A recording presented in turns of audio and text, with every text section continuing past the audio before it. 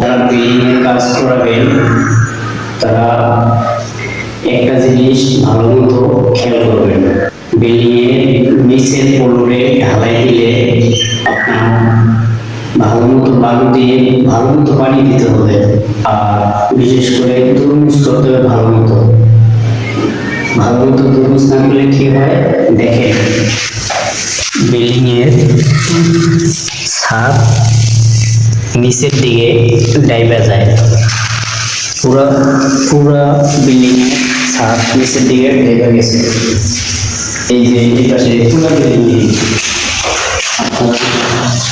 পুরো বিল্ডিং ছাদ ডাইবা গেছে, শুধু এখন তো ঢালাই ভালো মতো দেয় নাই।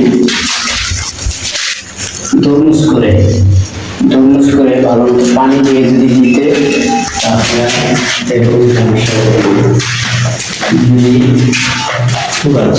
চারিপাশে বিল্ডিং ফাইটে গেছে।